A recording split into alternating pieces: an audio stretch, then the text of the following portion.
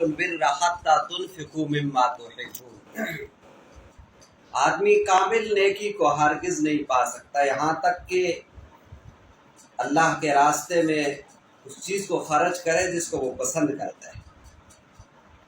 ابھی ایک عمل ہے جسے قربانی کہتے ہیں، حضرت آدم علیہ السلام سے لے کر جناب رسول اللہ صلی اللہ علیہ وسلم تک وہ چلی آ رہی ہے۔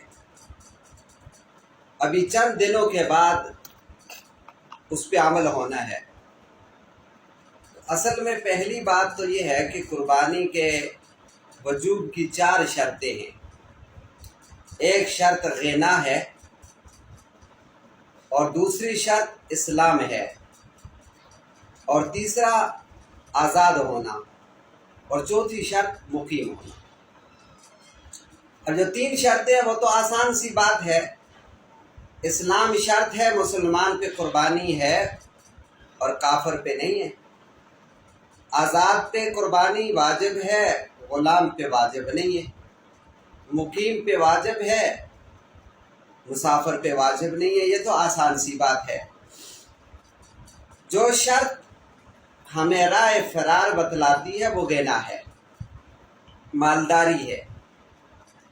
جب یہ موقع اور موسم آتا ہے، قربانی جیسے جیسے قریب آتی جاتی ہے، اکثر لوگ راہ فرار تلاش کرتے ہیں، پھر لوگوں سے مسائل پوچھتے ہیں، مولویوں سے پوچھتے ہیں کہ مجھ پہ قربانی واجب ہے، میرے اوپر قرض ہے، میں مقروض ہوں، کتنا پیسہ ہونا چاہیے؟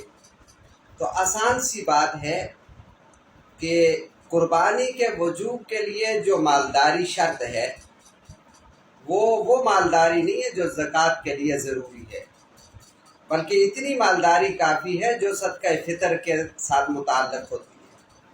حولان حول شرط نہیں ہے۔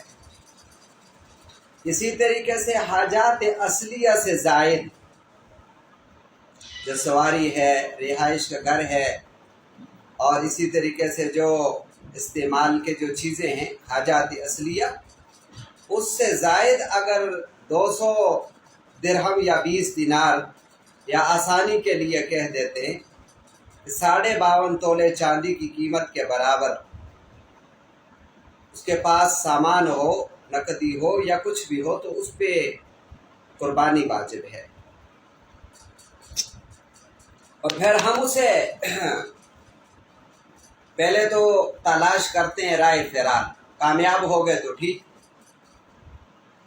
اگر ہم کہیں پھنس گئے، کسی مولوی نے کہہ